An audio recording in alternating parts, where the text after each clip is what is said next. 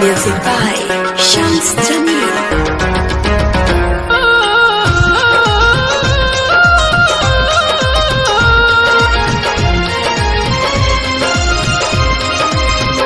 सुना सुना सनम दिहलू दिल में जखम तुरलू आदा कसम कैसे गम ढेर दे तारू मुँह फेर ले तारू तू जानत नहीं खू जैसे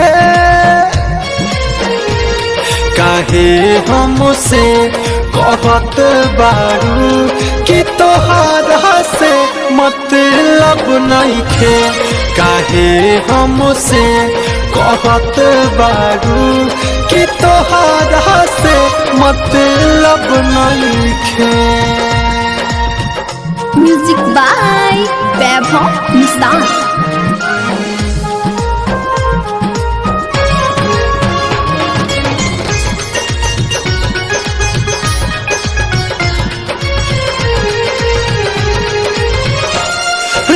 लगतावे ताराए सनम कि मिल गइल बा कोई हो कि जब टूटी तहर दिलावा हमर महसूस होई हो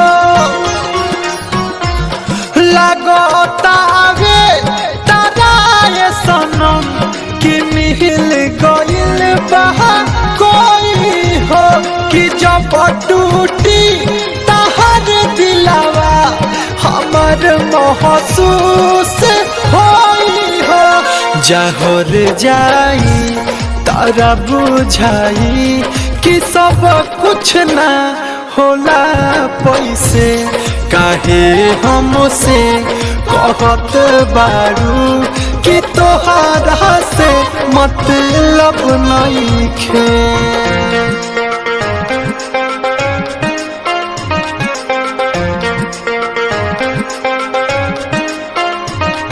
Music by Shams Jamil.